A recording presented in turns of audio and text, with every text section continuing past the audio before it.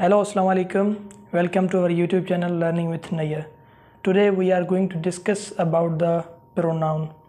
आज हमने pronoun के बारे में अच्छे तरीके से डिटेल में डिस्कस करना है, जिसमें pronoun की डेफिनेशन है और उसके साथ साथ pronoun के जो काइंड्स हैं उनमें से एक पढ़ेंगे, क्योंकि pronouns के जो pronoun के काइंड्स हैं वो भी बहुत ही ज़्यादा हैं, मतलब बहुत ज़्यादा नहीं है, लेकिन एक वीडियो में उनको हम शॉर्टली डिस्कस नहीं कर सकते. तो let's write the definition of the pronoun और बाद में उसके काइंड्स लिखेंगे. We have completed to write the definition of pronoun. Pronoun को हमने डिफाइन करना है. Let's know about it. What is pronoun? Pronoun is a word used instead of noun.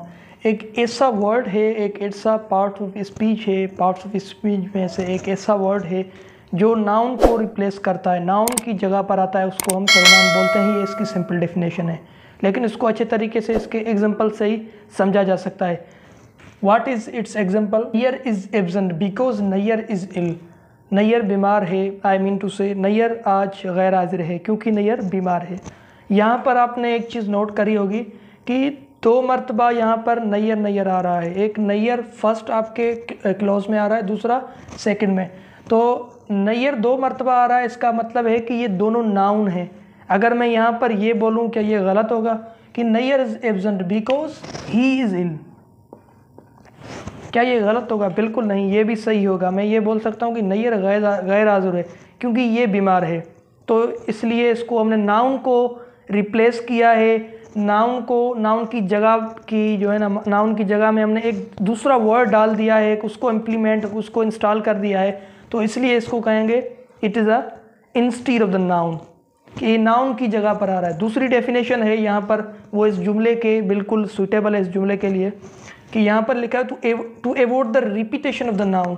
Noun की रिपीटेशन, यहाँ पर आपने नोट किया होगा कि यहाँ पर नाउन 2 मरतबा आ रहा है. तो नाउन 2 मरतबा आ रहा है, तो इसकी अवॉइड, इसको गुरेज करने के लिए, इसकी रिपीटेशन, नाउन की रिपीटेशन को गुरेज करने के लिए हमने क्या किया, यहाँ पर प्रोनाउन डाल दिया, मतलब एक ऐसा वर्ड डाल दिया जो इसको रिप्लेस कर रहा है. तो हम कलेक्टिवली ये बात कर सकते हैं कि pronoun is a word it replaces the noun, which replaces the noun. जो नाउन को रिप्लेस करता है उसको हम प्रोनाउन बोलते हैं. तो ये नाउन की सिंपल डेफिनेशन है और उसका एग्जांपल है यहाँ पर, और आगे इसके काइंड्स हैं, वहाँ से पता चलेगा अच्छे तरीके से कि प्रोनाउन कौन सी चीज़ है, कौन सा कितना इंपॉर्टेंट पार्ट्स ऑफ स्पीच है, कितना इंपॉर्टेंट पार्ट्स ऑफ स्पीच में से है. यहाँ पर लिखा हुआ है पर्सनल प्रोनाउन. ये भी पर्सनल प्रोनाउन का एक काइंड है. पर्सनल प्रोनाउन के बारे में यहाँ पर लिखा हुआ है कि पर्सनल प्रोनाउन सिर्फ 3 ही लोग हो सकते हैं. ये 3 ही लोगों के लिए, 3 पर्सन्स के लिए स्टैंड करता है.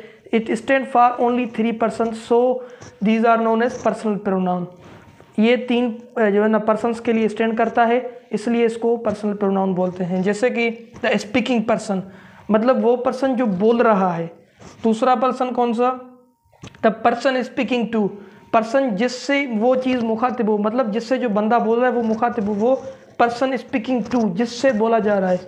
और थर्ड वन के द पर्सन स्पोकन ऑफ, जिसके बारे में बोला जा रहा है, ये पर्सनल प्रोनाउन है. अब कहेंगे कि हमने पढ़ा था कि first pronoun, I mean to say first personal pronoun, second personal pronoun, third personal pronoun, तो वो यहाँ पर नहीं आए. बिल्कुल वो यहाँ पर ही आने हैं. जैसे कि द स्पीकिंग पर्सन कौन आता है? ये आपका फर्स्ट पर्सन होता है, ये आपका फर्स्ट पर्सन होता है. और सेकंड जो होता है वो द पर्सन स्पीकिंग टू, जिससे बोला जा रहा हो, मतलब जिससे वो चीज़ मुखातिब हो, तो वो सेकंड पर्सन होता है, जिससे मतलब बोला जा रहा हो. और थर्ड वन होता है स्पोकन ऑफ, जिसके बारे में बोला जा रहा हो, तो वो हमारे यहाँ होता है थर्ड पर्सन. उम्मीद है कि ये बात आप अच्छे तरीके से समझ गए होंगे कि पर्सनल प्रोनाउन 3 ही हैं, हमने वही लिखे हैं, बस इसको थोड़ा इंग्लिश में थोड़ा अच्छे तरीके से लिखा है. The person speaking, the speaking person, the person speaking to, the person spoken of, जिसके बारे में बोला जा रहा होगा वो थर्ड पर्सन है, जिससे बोला जा रहा होगा वो सेकंड है, जिसके मतलब जो बोल रहा होगा वो कौन है? फर्स्ट प्रोनाउन है, आई mean to say first personal pronoun है. देखते हैं ये कौन कौन से हैं. ये आपने पहले से ही अच्छे तरीके से सुना होगा कि ये फर्स्ट प्रोनाउन आई और वी, ये फर्स्ट पर्सनल प्रोनाउन होते हैं. या पर्सन, द स्पीकिंग पर्सन, जो बोलने वाले होते हैं सिर्फ यही 2 ही होते हैं. और सेकंड में आ जाता है द पर्सन स्पीकिंग टू, जिससे बोला जा रहा हो, तो वो एक ही है हमारे यहाँ, you. What is you? It's a second person, I mean to say second personal pronoun. Second person भी कह सकते हैं, फर्स्ट पर्सन भी कह सकते हैं। ये फर्स्ट पर्सन है, ये सेकेंड पर्सन है, ये और ये थर्ड पर्सन। थर्ड पर्सन में क्या आ सकता है? ही है, आई मीन टू से शी है, ही है, इट है, दे और ETC जितने भी आ जाते हैं वो हमारे थर्ड पर्सनल प्रोनाउन में आ जाते हैं। पर्सनल प्रोनाउन को हमने अच्छे तरीके से डिफाइन कर लिया है, उम्मीद है कि वो आपने अच्छे तरीके से समझा होगा। तो let's know about the different forms of the personal pronoun. Different forms of the personal pronoun से मुराद ये है कि जितने भी पर्सनल प्रोनाउन हैं हमने डिस्कस किए हैं, वहाँ पर इतने ज़्यादा एग्जाम्पल नहीं लिए, वो यहाँ पर लेंगे, लेकिन उनके मुख्तलिफ़ शक्लें होती हैं, उनके मुख्तलिफ़ फॉर्म्स होते हैं। तो जितने भी उनके फॉर्म्स होते हैं वो कौन कौन से होते हैं, let's know about it. First form होता है इनका, आई मीन टू से 3 फॉर्म है इनके बेसिकली। फर्स्ट होता है इनका नॉमिनेटिव, मतलब कि पर्सनल प्रोनाउन है तो उनका फर्स्ट फॉर्म होगा नॉमिनेटिव, सेकंड होगा पॉसेसिव एंड थर्ड वन होगा एक्यूजेटिव। तो let's know about the forms of the personal pronoun. ये एग्जांपल से ही आपको समझ में आएगा। नॉमिनेटिव से मतलब ये है कि आप सेंटेंस में एज अ सब्जेक्ट इसको इस्तेमाल करें। जब इसको एज अ सब्जेक्ट इस्तेमाल करेंगे तो ये कहेंगे कि ये इसका नॉमिनेटिव फॉर्म है of the personal pronoun. Let's know about the first personal pronoun. ये है आई। ये हमारे यहाँ फर्स्ट पर्सन है जिसका नॉमिनेटिव फॉर्म जो होगा, जिसको हम सब्जेक्ट के लिए बेसिकली यूज़ करते हैं, वो कौन सा नॉमिनेटिव फॉर्म है? वो आई का नॉमिनेटिव, आई मीन टू से आई है, ये इसका कौन सा फॉर्म है? नॉमिनेटिव फॉर्म है। पॉसेसिव का मतलब क्या होता है? पॉसेसिव का मतलब ये होता है कि ये किसी चीज़ से अपना ताल्लुक़ शो करे, किसी चीज़ से अपना कब्ज़ा, किसी चीज़ पर अपनी मालकी शो करे, तो वो उसका पॉसेसिव फॉर्म होगा। मतलब आई है, आई अगर अपनी चीज़, आई अगर पर्सनल प्रोनाउन है, ये अगर किसी चीज़ से अपना ताल्लुक़ शो करे तो वो किस चीज़ से करेगा? वो उसका सेकंड फॉर्म आ जाता है, पॉसेसिव फॉर्म। जैसे कि माय एंड माइन, ये क्या है? ये दोनों इसके पॉसेसिव फॉर्म है। मतलब अगर आई जब फर्स्ट पर्सन होगा वो कहेगा कि ये चीज़ मेरी है, तो ये कहेगा this is my, this is mine, ये उस चीज़ से ताल्लुक़ माय और माइन से शो करेगा।